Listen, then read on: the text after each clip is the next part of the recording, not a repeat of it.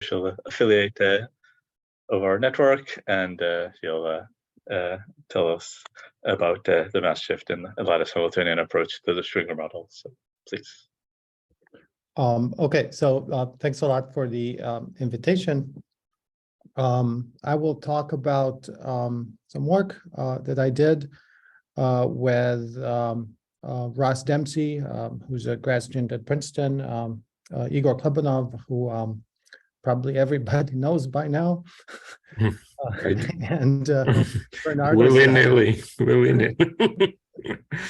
and Bernardo Zahn, who's a postdoc at Princeton. So as I'm sure people have noticed that low-dimensional gauge theories have attracted a lot of attention recently, and it's not just in high-energy theory; it's also in other fields. But in high-energy theory, they have been used in models of black holes. They've been used for studying the question. Wait, do you want to just watch it? Okay. Sorry. Okay. They've been used in studying the question of confinement versus screening. So, for example, as I'm sure everybody here knows, there are examples of two-dimensional gauge theories, for example, with the gauge group SUN, without any matter in the fundamental representation, but for which the Wilson loop in the fundamental representation still has perimeter loss, so they would show screening, and there's going to be a version of that later in this talk. There's also a playground for understanding generalized symmetries and other quantum field theory concepts. In condensed matter, low-dimensional gauge theories have been used mostly as testing grounds. So, for example, they're very powerful numerical methods, numerical tensor network methods like matrix product states, DMRG. If you write some code and you want to know if the code works or not, it's testing it on low-dimensional gauge theories is a good idea. And recently, they've also been used in quantum simulators using atomic systems. So these are just in experiments, so people can build chains of cold atom systems that can hopefully be used as quantum simulators. And one can tune the interactions between the atoms in such a way to match a certain Hamiltonian. Low-dimensional gauge theories have also been used in that context.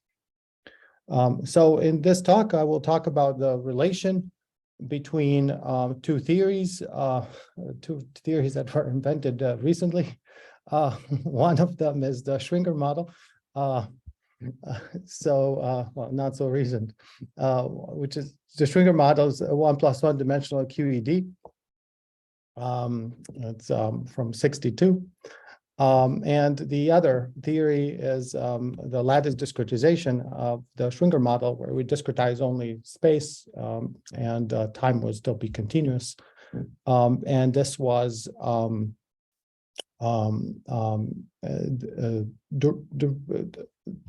discovered, derived in a paper by Banks, Susskind, and Kogut in 75, 76. There's two papers. So this is a pretty old subject, 47 years. So as you can imagine, in the last 47 years, a lot has been done about both of these models. But we think that the relation between the two was, there's some aspect of it that was not quite right. And in this talk, I will try to fix that. Okay, so let me say briefly what the Schwinger model is and some main properties, and then talk about the lattice discretization, and then the connection between the two. So the Schwinger model involves a two-component fermion psi and a gauge field. The Lagrangian density has the usual gauge kinetic term. This is the kinetic term for the fermion, and I included here also a theta angle which in two dimensions is just epsilon mu nu F mu nu, where F mu nu is the field strength. So the parameters in this model, so this is a fermion of unit charge. I'll talk about the case when the fermion has charge Q at the end of the talk. The parameters in this model are E, the electric charge, which in 1 + 1 dimension has units of mass. There's the mass of the fermion, there's a dimensionless combination, M over E, and then there's a theta angle, which is identified modulo 2 pi. From the Lagrangian, one can derive the Hamiltonian. This is the Hamiltonian. There's the energy and the electric field. There's the kinetic term for the fermion and also the mass term. And here I wrote the Hamiltonian in terms of the E. E is the electric field, the canonically conjugate variable to the spatial component of A. So I wrote this in the gauge where A0 is equal to 0. So the only non-zero component of the gauge field is the one in the space direction. And this is the mass term. And of course, there's some standard commutation relations. The fermions anti-commute except when they're at the same point, and the electric field with the gauge field commute except when they're at the same point. It's a gauge theory, so there's gauge invariance conditions. There's the Gauss law. The Gauss law in this case is just that the derivative is the divergence of the electric field, which in this case just a derivative is the charge density. The charge density is roughly psi dagger psi. I'll say more about this later. And then also the electric field, the electric field should be, it's a U1 gauge group, the electric field should be an integer. So I can write this equation like this. The more precise form of this equation, so if you think of E as the conjugate variable to A1, e to the 2 pi I e is like a translation operator in A1. So the more precise form of this equation is that if we put the theory on a circle of length L, all the physical states would be invariant under the transformation under which the holonomy changes by 2 pi. That would be the gauge invariance condition. So I want to make two comments about this. One comment is that the effective electric field is E, what I defined as E plus theta over 2 pi. I mean, we can see this from the kinetic term over here. It's E plus theta over 2 pi that appears. So essentially, what I did is that I split the effective electric field into two parts, into a part that's an integer and a fractional part, and the fractional part is just theta over 2 pi. If the electric field is an integer on one link, or if it has the effective electric field has some fractional part on one link, it will have the same fractional part on all links because, so as here I'm talking about the lattice discretization, because the fermions have just integer charges. And another comment that I wanted to make was that one can make another choice, which is to forget about theta completely in the Lagrangian and in the Hamiltonian, and just write this with just E here, and then say that the gauge invariant states are those for which the fractional part of E is theta over 2 pi. So E to the 2 pi E is E to the I theta. And this is just another point of view. It's equivalent, but I will not do this. What I will do is I will split the effective electric field into the integer and fractional part. Okay, so what's known about Schwinger model a lot? When the mass is equal to 0, the model is exactly solvable using bosonization. So in this case, one can replace the terms involving the fermion with terms involving a scalar field phi. So the kinetic term becomes this term, the usual kinetic term for the scalar, as well as from the coupling with the gauge field after integration by parts, there's an extra term that's phi epsilon mu nu f mu nu. And the first term and the last term, or as before, just go along for the ride. And for instance, in this is a quadratic action. We could, for example, integrate out the gauge field. And if we do that, we get still a quadratic action for phi, but that's the action of a massive scalar field. The mass, it's a Schwinger boson. The mass is E over square root of pi. And as we can see from this formula, the theta angle can just be shifted away. If we shift phi by theta over 2 root pi, then theta disappears. So the mass of the Schwinger boson, as well as the entire spectrum, is independent of theta, the theta angle. Another thing one can do, starting from this action at the top, one can integrate out phi.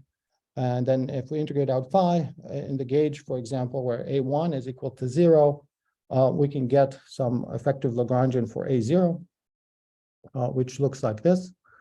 So this is the action for a gauge field that's massive. So this means that if we insert some point charge, the point charge would be screened regardless of the value of the point charge that the point charge has. So for example, if we put a fractional charge, then the fractional charge would be screened, even though all the dynamical fermions in this theory have integer charges.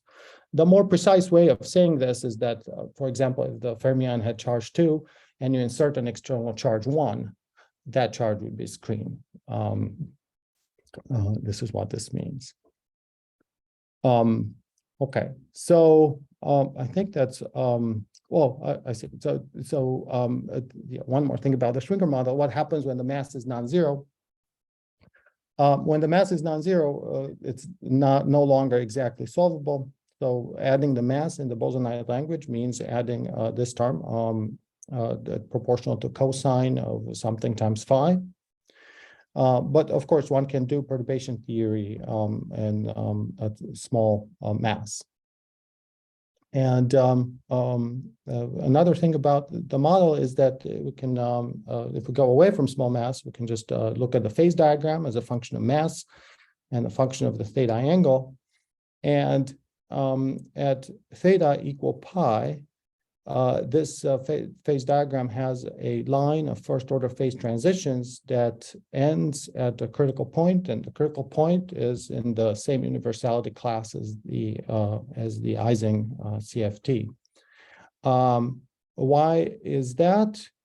Well, if we go over here at very large mass, then the ground states are the states where the effective electric field, so at theta equal pi, the effective electric field is half integer. So at very large mass, the two ground states are the states where the electric field is either, effective electric field is either plus a half or minus a half. And then at zero mass, the ground state is unique. So there's a transition between a doubly degenerate ground state and a unique ground state, and that would be in the Ising universality class. So the region of large mass is basically weakly coupled. One can study it semi-classically. One can study it semi-classically, right? Mm-hmm. Yes. It's like a free theory in terms of just the gluon, sorry, the photon. That's right. That's right. Mm-hmm. And well, there's another line of first order transitions here, and I'll explain this later. There's the same phase transitions. There's a relation between the theories with these parameters over here and with these parameters over there. There's the same. It's Can I ask a the question? same. Yeah. Sorry, is it obvious that it's Ising universality class? Well, so just this argument that I gave, that you go from 2 ground states to 1, and then also, people did simulations and computed critical exponents, and they are in agreement with the Ising critical exponents. But from 2 to 1, and then there's some Z2 symmetry that gets broken. What is this Z2? Oh, what is the Z2? I think it's So is there Z2? Because okay, I think, I mean, I'd say it would be obvious if it was, I think if there was some Z2. Yeah, so it's just E2 minus E. I mean, just inverting the charge conjugation in this case. Yeah, Okay. yeah, I think that's true. Yeah. Thanks. Yeah, I thought the agreement with critical exponents is very good, right? It's very good. The agreement with critical exponents is very good. Yeah, and we also did a little bit of that. So I mean, we checked ourselves. so It's, the value, the value for the critical mass. This comes out of some lattice calculation or something else. Yeah, and I'll explain this a little more. It's very close to E over 3. And yeah, it does come out of the lattice. Right. Okay. So let me move on to the. I guess a priori you would say that this coefficient is non-universal. I guess whether it's E over 3 or E over 5, or but somehow it comes out intriguingly close to 1/3. Yeah, I think in this particular case it would be because there's no mass renormalization. So I think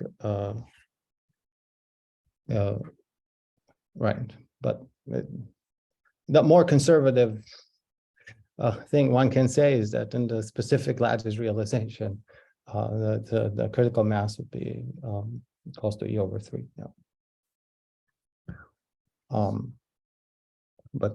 Yeah, I was told a few days ago that it would be universal even in the continuum limit, and I think that's yeah. No, it's no, from the point of view of phase transitions, you usually only the scaling exponents are universal, but here somehow it looks universal.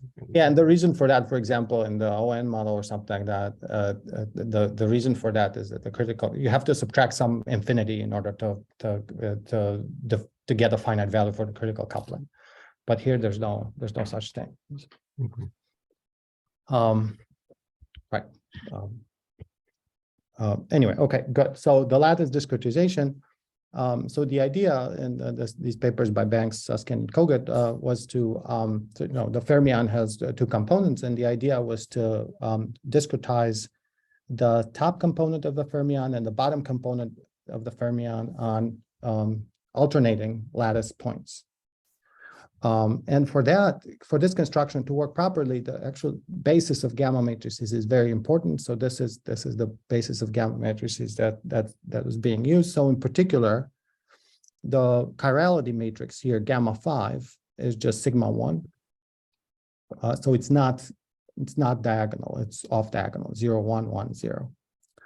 And then the idea was to write down this 2-component fermion, upper component, lower component, put the upper component on the even sides, put the lower component on the odd sides. So here in this drawing, this is the lattice spacing is A. And this is what I said, that the psi upper is the fermion on the lattice ought to be denoting by chi. So chi on even sides would correspond to the upper component, and chi on odd sides would correspond to the lower component.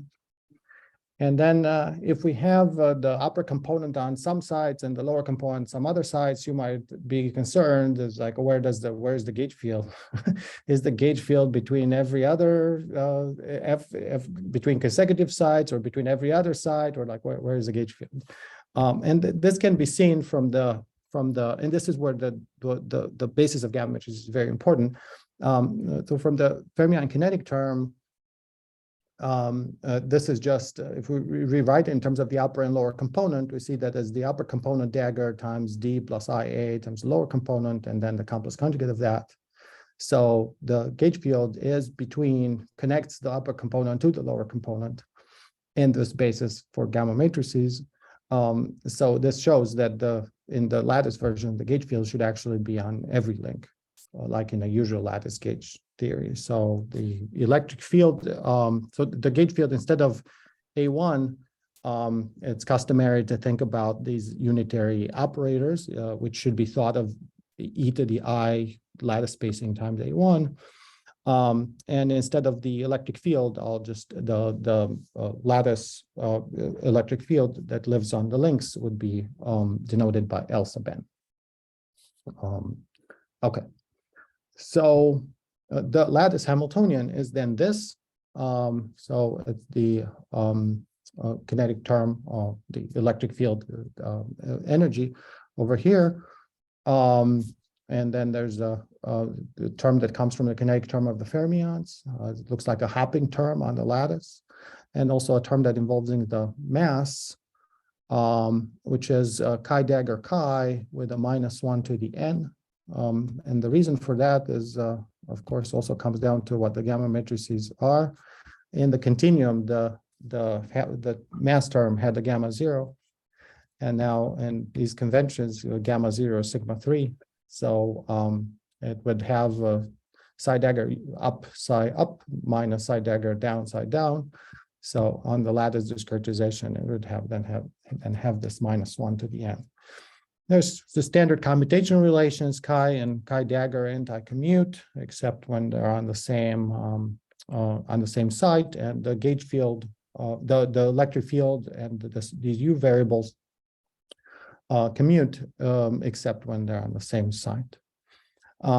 There's gauge invariance conditions, so the discretized version of the Gauss law. Now, as a discretized derivative, the discretized derivative would be Ln minus Ln minus 1 is the electric charge on each on the site n.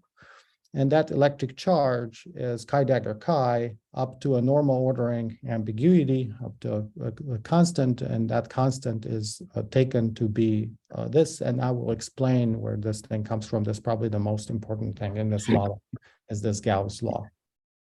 And in addition to that, we should require that for physical states, Ln's are integers. So that means that e to the 2 pi I Ln acts as the identity operator on physical states. And like in the continuum case, there's another choice. This is a choice. There's another choice we could have made. That choice could have been to set theta, the theta angle, to 0 here. And instead of requiring that Ln is an integer, we can require that Ln is an integer plus theta over 2 pi on the gauge invariant states. But I will not do that. So for me, here, Ln will be an integer, always be an integer. Okay, and theta will appears in the Hamiltonian explicitly. Okay, so now let me explain a little bit better this Gauss law. Where does this shift come from? Yeah. Sorry, so in 4 dimensions, when people use staggered fermions, they get a little bit of fermion doubling. They get 4 tastes instead of 16 like you would get with Wilson, but they get 4. How many do you get here? Do you get fermion doubling? There's no fermion doubling. Okay. Is there something special about 2 dimensions that means that in 2 dimensions staggered fermions don't give fermion doubling? They do in 4 dimensions. That's what I'm trying to say. You mean when in 4 dimensions, staggered fermions without rooting give 4 continuum fermions. That is when we discretize the time as well? Yes, this is in full-blown Euclidean lattice gauge theory. So are you avoiding that by not discretizing time or something like this? Is that the statement? I'm not 100% sure why this is being avoided, but it is being avoided. Okay. I mean, a related question would be, if it is being avoided, I guess, maybe for future discussion, how are you avoiding the Nielsen-Unamia theorem that says that you must get fermion doubling in lattice formulation? But we can discuss later. We can talk later. I think somehow maybe the fact that when we shift by one side, theta shifts by pi, is a manifestation of still some. Yeah, I will explain those words later. Okay. I'll wait. Okay, thank you. But this certainly has no doubling. It's really a realization of just one Dirac fermion. But then you have to worry about how the discrete chiral symmetry is realized. That's exactly what I was going to ask, but I will wait. That will be explained at length later in the talk. Great. That's in a sense the whole point of the exercise. Yeah. Okay, so let me explain a little bit the Gauss law. So the Gauss law, if we figure out what the charge is from varying A naught, it's chi dagger chi, but it's of course up to normal ordering ambiguities. But now that we split the upper component on the even sides and lower component on the odd sides, well, there could be different normal ordering ambiguities on the even and odd sides. So on let's say that on the even sides, the charge is chi dagger chi plus some constant CE, and on the odd sides, the charge is chi dagger chi plus some other constant CO. These constants appear because instead of chi dagger chi, I could have written chi dagger or any combination of chi dagger chi and chi dagger.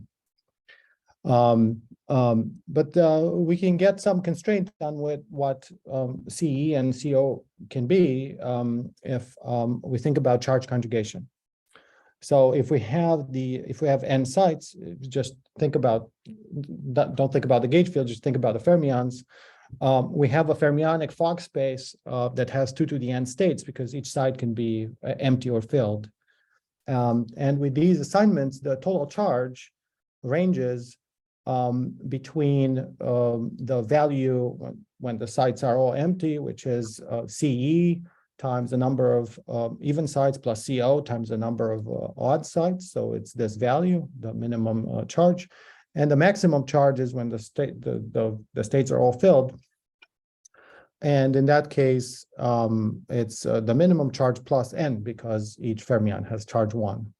So now charge conjugation symmetry would mean that we should set the charges should be distributed symmetrically around 0. So Q min should be minus Q max. And that imposes the condition that CE plus C out is minus 1. And in the literature, what's being done is that people choose CE to be 0 and CO to be minus 1. Most of the literature, except for a couple papers, where CE and CO are both taken to be equal and taken to be minus a half. But the choice that I will make is the one where CE is 0 and CO is minus 1. How can you take them to be minus half given the quantization conditions? I mean, so you have to change also. You have to change those. Yeah. So I was going to say that. So if you take CE and CO to be minus a half, that's in contradiction with the electric field being an integer, because it just changes by half. So one has to be more careful. One has to be replacing that condition.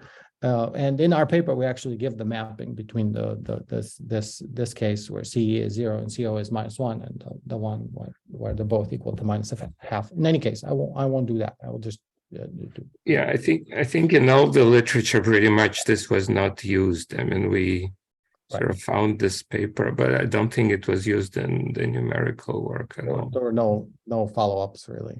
Yeah. But it's just a convention. I mean, you can translate one to the other, or you can translate one to the other. Yeah. What's going to be? I mean, because you're changing the condition. If you take them to be equal and equal to minus a half, you're changing the condition that the electric field is an integer. Then it will be harder to identify which states belong to which theta vacuum. Right. Yeah, it's a bit counterintuitive. But anyway, the literature does the 0 and minus 1, so that's what I'll do as well. So that's what this shift is. It's 0 when n is even and minus 1 when n is odd. So essentially, we have a lattice like this, and the charges Q can be on even sides. The possible charges can be 0 if the site is empty, and 1 if the site is full. And the odd sides, the charge is minus 1 if the charge is empty, and 0 if the charge is full, if the site is full. So now I was very careful in my lattice model. I wrote m lat instead of m as in the continuum, but the literature takes the lattice mass that appears in the lattice model to be the same as m, the mass in the continuum model. I guess this would have been the right choice in this Beruta choice. I was going to say exactly that choice would have, well, so first of all, we would claim that there's a different choice. The different choice is that the one should take the lattice mass to be m minus e squared a over 8. And I was going to say that indeed it's this choice that m lat is equal to m. That would have gone well with the CE equals CO is minus a half. The claim is that for CE equals CO, the one that gives this staggered Gauss law, the right choice should be this one. Right? So, this, of course, the difference between them goes to 0 in the continuum limit, because in the continuum limit, lattice spacing goes to 0. However, there will be much better convergence to the continuum if we make the right choice. And also, it's a question, it's a question of what is the massless point of this lattice model. And for 47 years, people were misidentifying the massless point. They're thinking that the mass would be 0. That's the massless point, but we're saying no, the massless point is the one where m lattice is minus e squared a over 8. Okay, and to understand why this is the right choice, we should have, it follows from some basic understanding of the chiral anomaly, and then how that is the analog of that on the lattice. So first, in the continuum theory, one can make an axial rotation of psi. So psi goes to e to the minus I alpha gamma 5, and this is a symmetry classically when the theory is massless, when m equals 0. Quantum mechanically, we of course have operators. We have the axial current, which is psi dagger, gamma 0, gamma mu, gamma 5 psi. We have the charge, which is the integral of the 0 component of the current, and we have some unitary operator e to the minus I alpha q5, which implements the axial rotation. It's easier to think about this in the bosonized language, where the current is just a derivative of the scalar. The charge is the integral of the conjugate momentum to the scalar, and this unitary operator is e to the I alpha times the conjugate momentum. So what this operator does is it shifts the scalar phi by a constant proportional to alpha. So this is the Hamiltonian written in the terms of the bosonized variables. And so it's got the gauge kinetic term here, the terms involving the scalar, and I also wrote here the mass term, which has the cosine.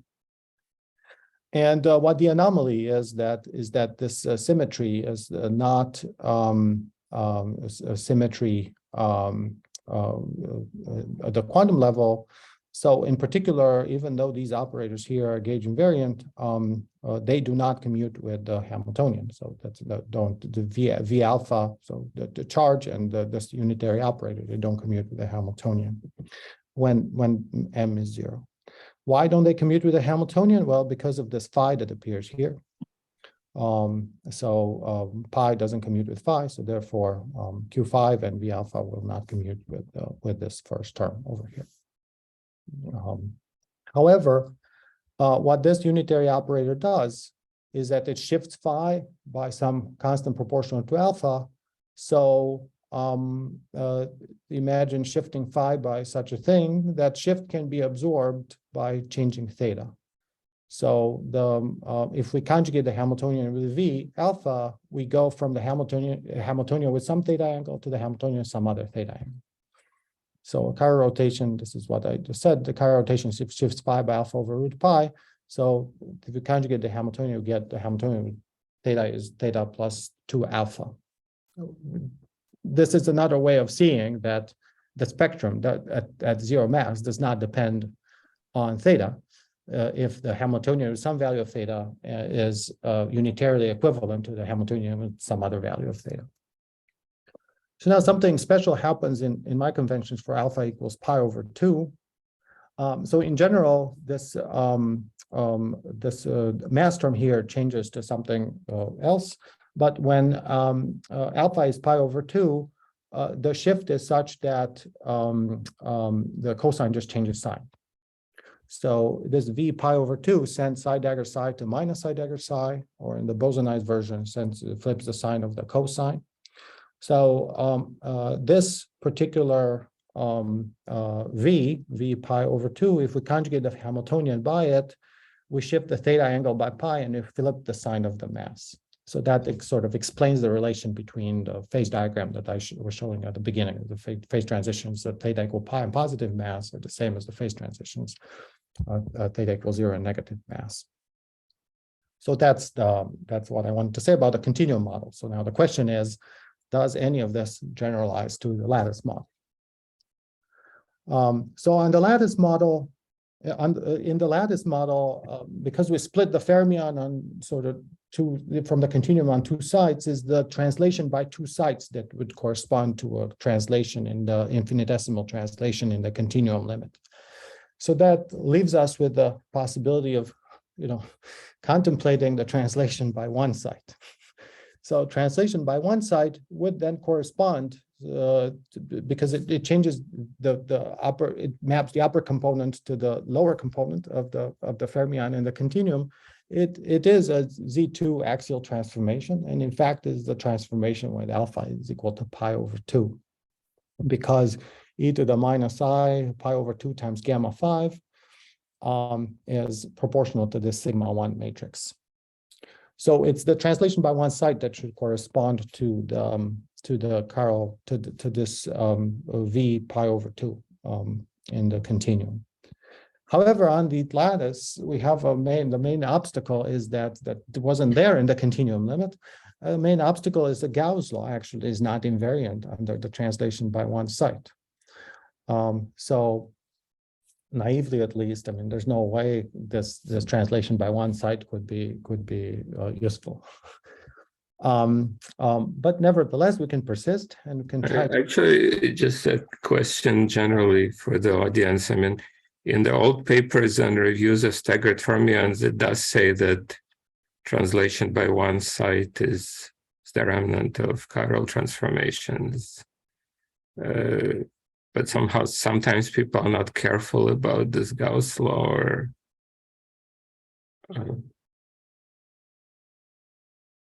Right. Is this a well-known fact that its translation by one side is the chiral transformation in the staggered formalism? The question is for the audience, right? Yeah. Any lattice folks who do things with fermions in the audience? I am not familiar with that, but I'm not a lattice person. So.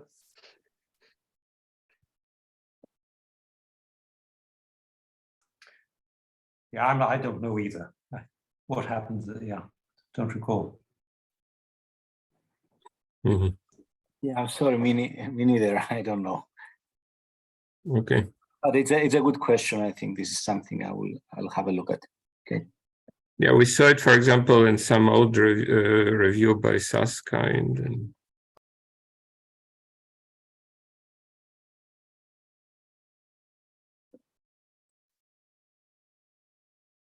Okay, since the audience doesn't know, I will continue.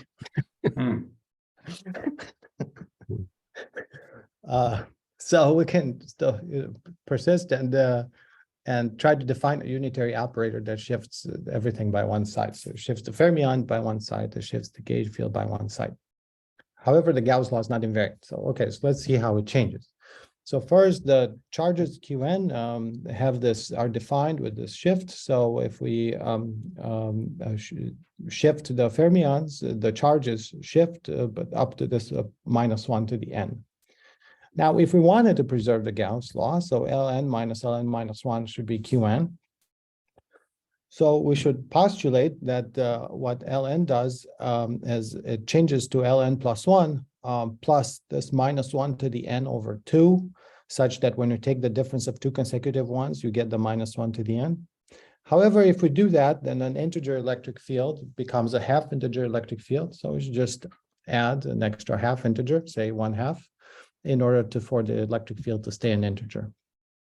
So this transformation preserves the commutation relations, so should be a good transformation. Okay, good. So now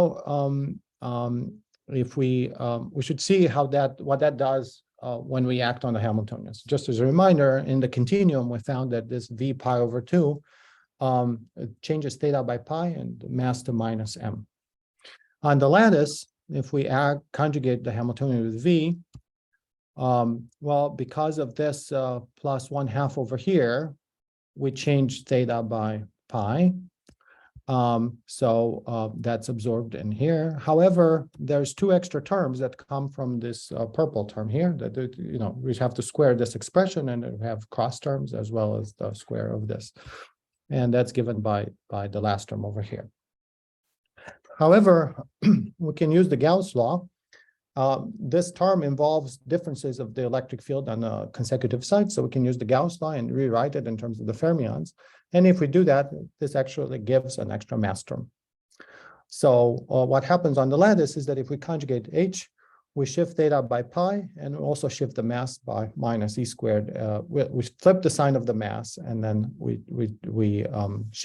further shifted because of this term by minus E squared A over 4.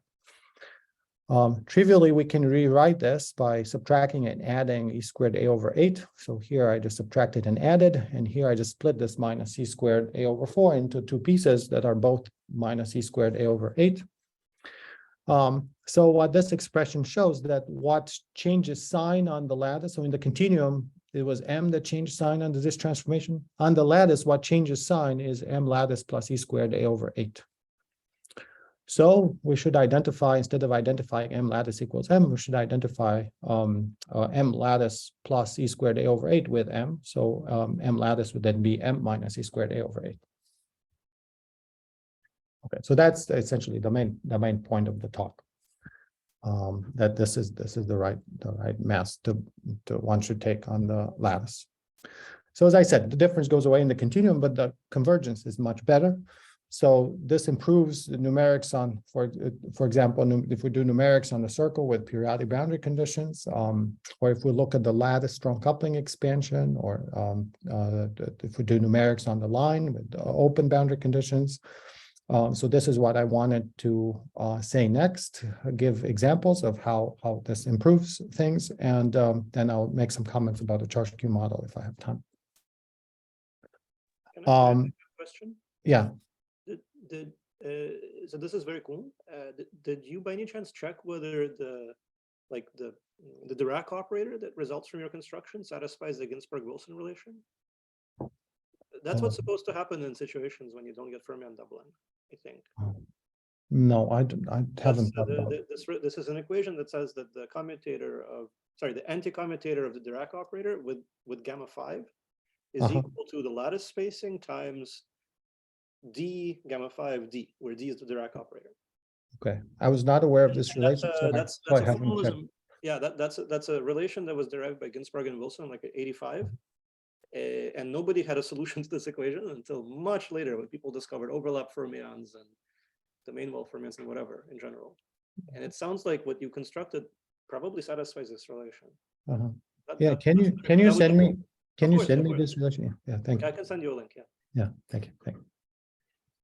I think it just as a historical comment, in this model, it was supposed to avoid the doubling. I mean, that was the point of this construction. Everyone used it, and I mean, you'll see the comparison with the continuum results. They work very well. I mean, it really is supposed to realize just a Schwinger model with one species of charged fermion. So yeah, but that would be true independently of the smash shift. And I think Alexei is saying that with the smash shift, it should exactly also satisfy this Ginzburg-Wilson relation. Yeah, that would be great to check. But sounds very reasonable.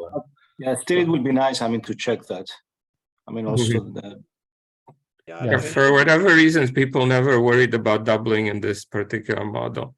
I think if you go to 2+1 dimensions, then there is a doubling, because there is a square, right, and the fermion on each side. So the basic staggered model corresponds to an f equal 2. But here the basic staggered model is an f equal 1. Okay. But I think the whole subtlety is in this mass shift, indeed, that was overlooked a bit. I see. Maybe even here, if you had done full-blown Euclidean lattice gauge theory. Yeah, then there would be. F equals 2. But I still wonder whether whatever you found might have an application there. Right. So imagine you weren't using Hamiltonian methods. You could ask if there's any interesting mass shifts. Yeah, the subtlety here is, as Silviu said, that even in this model there is this shift of theta by pi. So this discrete this shift by 1 unit is not a true symmetry, and I think this may be related to. It becomes a true symmetry if there are two flavors. but it's not a true symmetry. Yeah, if there's if there are two flavors, or if there's the charge is two. So maybe that's the remnant of the doubling issue here. Could be interesting. I see. Thank you. Yeah, so in 2+1 dimensions, one cannot, if we insist that in this one side translation symmetry to be translation to be a symmetry, then you need more flavors. Yeah, you cannot just do it with one. Just I think the basic field content with one fermion sort of oscillator or ladder operator per site, I think that gives 4 of them, while the single Dirac fermion has 2. So just apart from all the subtleties, the basic 2+1 model has an F equal 2, it seems to me. Right. And then there's a further doubling if one requires this translation. Right. Anyway, okay. So let me show some plots. So first, let's think about being on a circle with periodic boundary conditions. So then using bosonization, when the mass is 0, people have computed the expectation value of the psi bar psi operator is just given by this expression. It's in units of the electric charge, and it depends on the dimensionless parameter, electric charge times the length of the circle, and also depends on the theta angle. We also did some numerics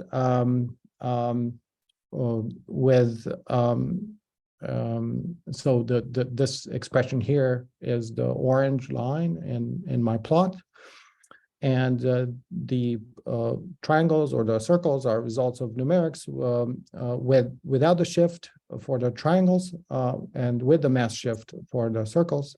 So as you can see, so we did it for n equal 4 and 10 lattice sites. The triangles are very far from this orange line, and the circles are right on top of the orange line. So it's the circles give the shift gives a much better result. Okay, and another example. So like I said, there's this phase transition critical point that's in the Ising universality class. So one can determine what the critical mass is using finite size scaling. I'm not going to go into details on this, but the results of the numerics without the shift are these points over here, and with the shift are these over here. And it's these ones with the shift that are much closer to the DMRG results that were the most accurate before our paper. So we found with periodic boundary condition and the shift, we found this value of the critical mass 0.333 plus 0.0005, and the DMRG gives this value. Okay, so these are numerics with periodic boundary conditions. The next thing I wanted to mention was the lattice strong coupling expansion. So on the lattice, we can perform an expansion in the following way. Let's suppose theta equals 0 for now. And we can write the Hamiltonian as a sum of two terms. One of them comes from the kinetic term of the gauge field as well as the mass term. So here the coefficient mu is 2 times m lattice divided by e squared a, and then the hopping term. And the idea is to treat the hopping term as a perturbation. And so first solve for the eigenstates of H0, and then do perturbation theory and the hopping term. So for example, the ground state of H0 is the state where all the electric fields are 0 and the charges are 0. So this means that the fermions are in the field state on the odd sites, but empty on the even sites. And then one can develop a perturbative expansion in that dimensionless parameter. The dimensionless parameter now is E, the electric charge, times A. So it's the expansion is in 1 over E times A. In fact, is in 1 over E times A to the 4th power. And in the continuum, if we want to, from this, if we want to extract results about a continuum limit, we should take y to infinity because the lattice spacing A should go to 0. It's customary to do this without including effects from like wrapping things around the circle. So this would be directly on the line, on an infinite line. And for example, people have worked on this a lot. So for example, in the massless case, so when mu equals 0, people have gotten to I think 26 orders in perturbation theory, and for arbitrary mass up to 10 orders in perturbation theory. So imagine the perturbation theory, you learn in quantum mechanics doing that to 26 orders. So for the mass gap, so this is an example of the mass gap. This is what these formulas look like. So it's e squared a over 2 times some function of the mass and this parameter y. It's an expansion and small y. And from that, we want to extract what happens when y goes to infinity. In the continuum limit, the mass gap is the multiple of the electric charge. So whatever we do when we extrapolate to y goes to infinity, we should get something proportional to E. And because of this factor of E squared A up front, we have to, at large y or small a, it should go like 1 over E times A. So that means it should go like y to the 1/4. So we should, if we want to resum this function, we should resum it in a way where it goes like y to the 1/4 at large y. How do we do that? Well, we raise it to the 4th power, and then it should go like y at large y.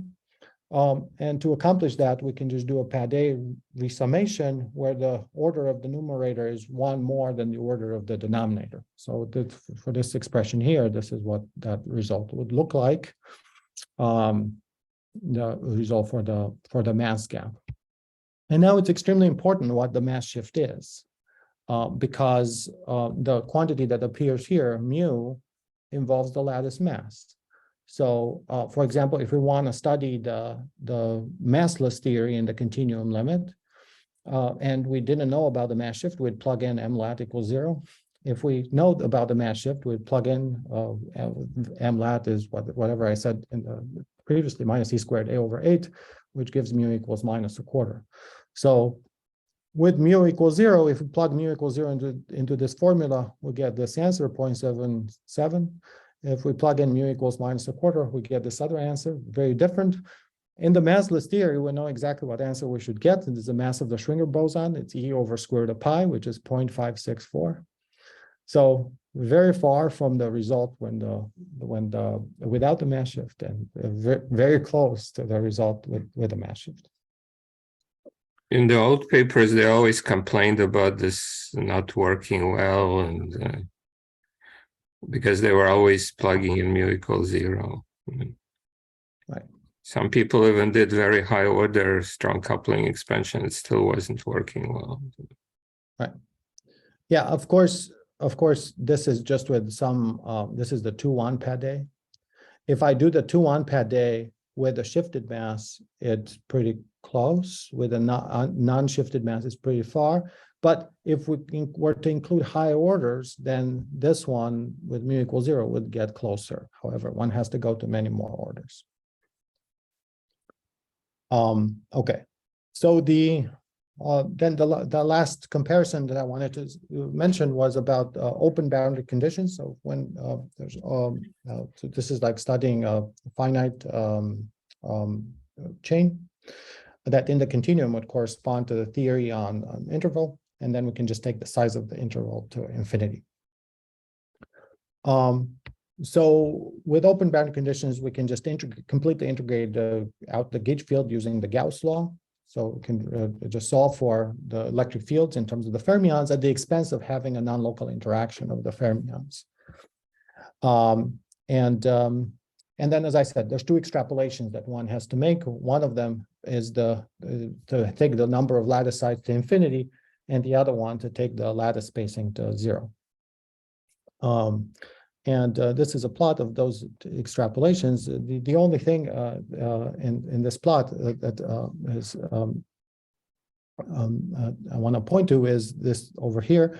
So this is the mass of the mass gap. So there should be in the massless case. So this should be again the mass of the Schwinger boson, 1 over root pi, and in units of the electric charge. And with our shift, we get this after these two extrapolations, we get this small rectangle over here. And the previous results without the mass shift were this blue rectangle over here. So the mass shift really improves this as well. So this was done using DMRG. I should point out we're no DMRG experts. We just downloaded some code off the internet, but this works. This works very well. Right. And another thing with also using the MRG, one can get a better estimate of the critical mass, which previously was this 0.3335. So this was without a mass shift, and with a mass shift, it's much better. So we can get an extra digit. And for a while, we thought this was could be a third, but it doesn't seem to be a third. It seems to be away from a third. So the difference in this plot, for example, between the mass shift and without the mass shift is even the convergence, the type of convergence as the lattice spacing goes to 0. Without the mass shift is like a linear convergence. With the mass shift is quadratic. Okay. So I see I'm kind of out of time. I was going to make some comments about the charge Q if we have fermions of charge. Yeah. Well, I have 5 more minutes, I guess, since we started late. So I think you're welcome to. Okay, let me do that then. So if we the fermions instead have charge Q, then the only thing that changes in the Hamiltonian is that this U gets raised to the Q power in the hopping term. That's the only place where Q appears. Now, this Q can be absorbed by a change of variables. So we could redefine this U to the Q to be a new U prime. Then Q disappears from here, but the commutation relation with L gets changed. So in order to preserve that, we should rescale L by a factor of Q. So define this L prime such that the commutation between U and L prime is the same as before, and not change the fermions. However, if we rescale L, then there's an extra Q that appears here, so we should rescale theta as well. We don't change the mass, but if we rescale theta, then this whole term is going to have a Q squared, so we should just rescale E. After we do all these changes of variables, then Q completely disappears. So in terms of the primed quantities, this is just a charge 1 model. Sorry, but then you mess with the quantization conditions on the gauge fields, on the flux quantization. I mean, you can do that, but you have to take it into account. That's right. That's the next slide. So the main equation here is this theta goes to Q times theta prime. So theta and theta prime both go from 0 to 2 pi. So what this relation means is that now there are, if I pick some value of theta, there are Q different values of theta prime that are mapped to the same value if I were to multiply them by Q. And they differ by 2 pi over Q. So these values of theta, so theta prime K, which is theta over K plus 2 pi K over Q, they all get mapped to the same value of theta. So now it's just a matter of semantics in some ways. So for the unit charge model, for the prime model, you'd say that every theta prime of these values corresponds to a different theory, because theta is just a parameter of the theory. But now for the charge Q model, they may all get mapped to the same value of theta. So you can just say that they're all of these, they're just different sectors of the same theory, which are referred to as universes. So essentially, we just take the Hamiltonians from the theories with these values of theta prime and just put them together in a block diagonal form to make the Hamiltonian of the bigger charge Q theory. How do these universes differ? Well, they differ in the fact that in the kth universe, if we go through this condition over here, what does it mean to have some value of theta prime? What it means is that in the kth universe, the electric fields are K mod Q. because the fermions have just charge Q, they can only change the gauge fields by multiples of electric fields by multiples of Q. So if the electric field is some K mod Q on some site, it will be the same, the K mod Q on all sites. Okay, so what does it mean? Well, to be more abstract about it, it means that there's a lattice ZQ one-form symmetry, and there's some topological operators that unitary operators that implement the symmetry. What are these operators? Well, they just measure what ln is mod Q. So the operators are e to the 2 pi I ln mod Q, ln divided by Q. It is easy to check that these operators commute with the Hamiltonian, so they're symmetries. Wn is the same as Wm for any two sites, n and m. If ln is some k mod q on one side, it's going to be the same on all sides. This is what this is saying. And if we raise it to the qth power, we get 1. So it's a lattice ZQ one-form symmetry. And the states in the kth universe are all eigenstates of this Wn for any site, and the eigenvalues e to the 2 pi I k over q. They commute with the Hamiltonian, so we can diagonalize them in the Hamiltonian at the same time. However, the translation by one side, that was this operator V, that sends theta to theta plus pi times q and changes the lattice mass by this quantity.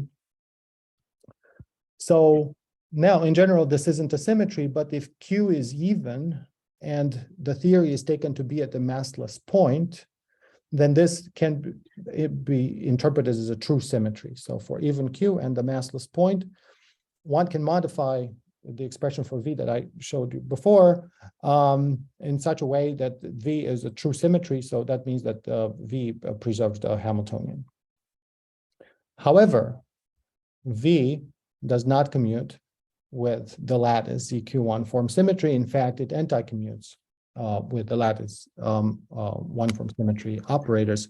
So what that means is that if we consider our eigenstates to be simultaneous eigenstates of the Hamiltonian and of these operators Wn, what V does is that it takes some states with a certain eigenvalue under Wn, and it gives states where the eigenvalue changes sign. So in other words, this what this V does, it exchanges the universes K and K plus Q over 2. V is a symmetry. It commutes with the Hamiltonian, so it preserves all the energies. So this shows that there's an exact twofold degeneracy in this case, if we have periodic boundary conditions, on the lattice, which is exact. It doesn't just emerge in the continuum limit. It's an exact twofold degeneracy between these universes. Okay, and just for fun, maybe we can ask, okay, this is exact. That means that charges that are Q over 2 are exactly screened on the lattice. So how does the screening actually occur? And just as an example, suppose we take Q equal 2 and we insert some external charge 1 at some point, and then a -1 farther away, all separated by some number n of lattice sites. So, so what happens? So in general, the figuring out how the screening occurs is a very hard question. However, since on the lattice this is exact, we can try to understand it at strong coupling.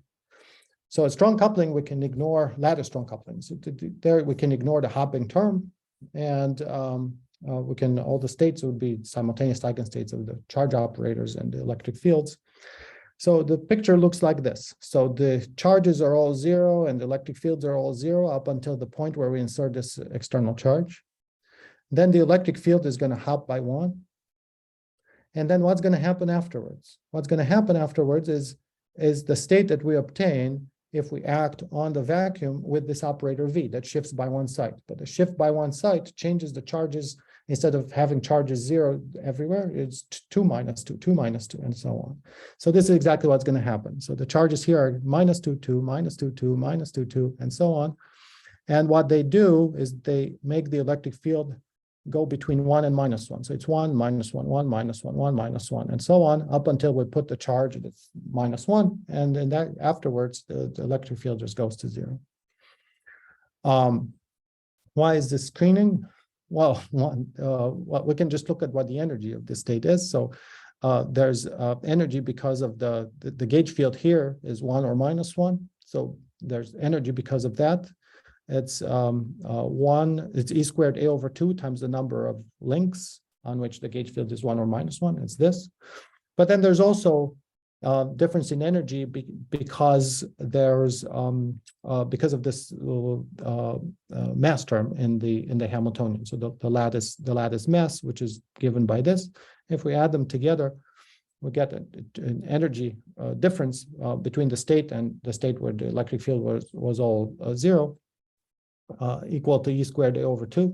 And the whole point is that this does not grow with n. So it's the energy of these two external charges that we put in is not proportional to the length. So this would mean perimeter law for the Wilson loop. So this would mean screening. Another way, I mean, you can just look at this and say, oh, why is this screening? Well, if we just zoom out and compute the electric field on average, the electric field in between these two charges is all 0 on average. Of course, this is a picture of strong coupling. So, you know, it doesn't hold at the weak coupling. One has to do an extrapolation, and it's very complicated to understand it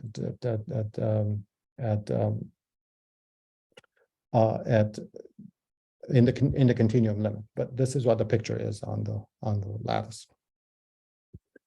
Okay, so and that's all I wanted to say. So the mass shift significantly improves convergence of numerics and analytical approximations in the lattice model. And for future work, it would be interesting to look at other models like multiple flavors, non-abelian gauge theories, higher dimensions, and so on. So yeah, thank you.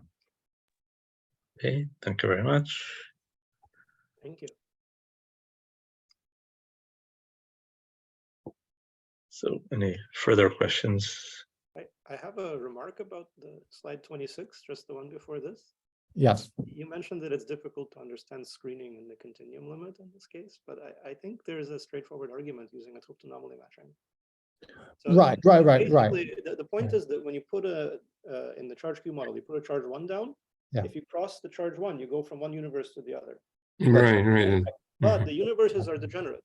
Precisely, they have degenerate vacuum energies, precisely because of the Tupton anomalies in this model. But then that means that as you separate them, you don't get any vacuum energy penalty between outside and inside of the charge insertions, and therefore you must have screening. Yes. So this works also on the lattice because you preserve some of the chiral symmetry. That's absolutely. So Yes. This is not depending on strong coupling expansion. It's just a fact. Yeah. Sorry, I should have said things more carefully. Didn't want to say that there are no arguments for this, but like having like a physical picture for it. Yes. This is very nice. It's a beautiful picture. I don't want to take away from this. It's a beautiful. I think that's what I wanted to say. That it's hard to have. It's not hard to like prove that this happens. It's hard to in the continuum. It's hard to imagine have a physical picture of it. I mean, people think, oh, I just put the charge 1. If the fermions can only have charge 2, then how is this charge 1 going to go away? I'm going to have a flux tube that's going to be charge 1. You know, a unit electric field. Where does that go? Right. I see. What this picture shows is that, you know, it's what we usually think of as screening, is just making dipoles. This is what these are. These are just dipoles that effectively, in this case, just change the electric field between 1, -1, 1, -1, 1, -1, and so on. And presumably, this is the physical picture that is there in the continuum as well. And I guess the surprising thing about it is this picture of having lots of little dipoles would have been sort of easily guessable in a situation where you have dynamical charge 1 matter. But the point is here, you don't have such dynamical charge 1 matter, and it happens anyway, at least at lattice strong coupling. Right, that's right. Which is very entertaining. Yes, very good. Right. Yeah, this slide is more of a fun fact. I mean, it doesn't. It gives a nice picture. So in this Q = 2 model, there are 2 universes, and shift by 1 lattice side takes you from one to the other, right? Correct. Yeah. And the ground states are in one universe is this over here, they're degenerate, and then in this other universe is. Yeah, the point is that on the lattice they're really degenerate exactly at the shifted mass. Otherwise, they would not be degenerate. Exactly, and that's Right. because you preserve the chiral some Z2 subgroup of chiral symmetry there, and the one form symmetry is always exact. But once you preserve the chiral symmetry, you must also preserve the 't anomaly. So then the degeneracy is enforced. Yeah, I think that's a very clear argument for this mass shift, because without it, Yes, we wouldn't have the. Yeah, I think it's very. This is very cool. What you guys found is very cool. But maybe we should indeed think about this Ginsburg-Wilson relation. I mean, that's. I might be missing. So like, I'm not a lattice fermion person. So maybe there's something very special precisely in 2 dimensions with staggered fermions, and they somehow avoid fermion doubling. I don't know.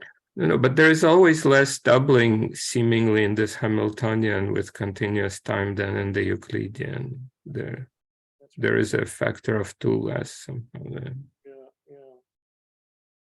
Yeah, all of this also makes me wonder whether there are perhaps other lattice formulations, not staggered, in 2 dimensions for the Schwinger model that preserve more symmetries. For example, you could take as a starting point the Villain formulation. Sorry, I apologize, I misspoke. You could take as a starting point the bosonized form of the Schwinger model, and then attempt to discretize it using like a Villain formulation for the gauge fields and for the compact scalar. And the subtlety would be then to get the axion coupling right on the lattice. This is not completely trivial, but if that can be done, you would probably get some lattice formulation with all symmetries exact, all of the continuum symmetries exact. Yeah, I also wondered about that. I mean, you can even imagine something, in terms of the fermions, instead of splitting them on 2 sides, you split them across more sides. But I don't think that I couldn't get that to work. Yeah, I don't know. That sounds more ambitious. The thing that I'm talking about, I think, might just be easily doable. I see. Okay. But I'm not sure. I'll talk to Theo about it. Theo might. I think in this Hamiltonian, some people use Wilson fermions. That's just it's same number of species, I think, but it just has a different type of hopping type terms. Yeah, there are definitely some literature on Wilson fermions in this model, but That's right. I never fully.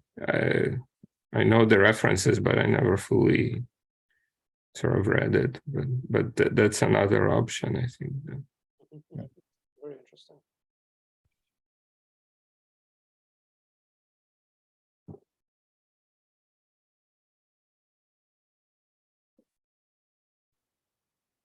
So you said that you're convinced that this critical mass is not equal to E over 3. I mean, it seems very close to it, but you have by now enough precision to be sure that it's not there. Yeah, it's this plot. Based on this number, I believe it's not. Yeah, so it's like 4 sigmas away or something like that. So it's convincing. Yeah. It might be nice to have a more systematic look. And there was already a couple of DMRG papers recently, but I don't think they looked at this thing. It would, of course, be fascinating if it were exactly a third. Yeah, I mean, it's hard to imagine why, but it does seem awfully close. So.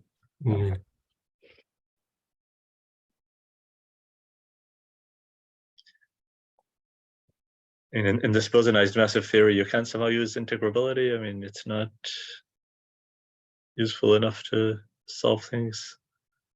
In the massive theory, I didn't think this theory was integrable. Well, it has both the cosine potential and also the phi squared coming from the original thing. Yeah.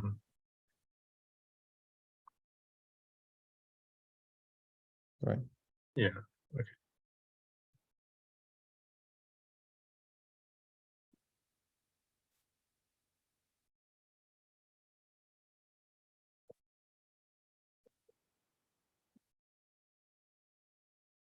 Okay, so I guess if there are no further questions, let's thanks Silviu again. Thank you, Silviu. Thank you. Thank you.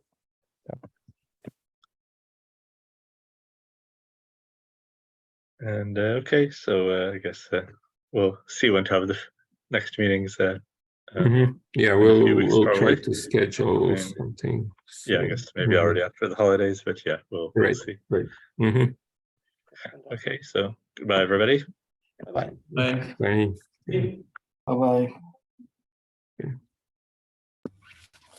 Bye. Bye. Yeah, good seeing you.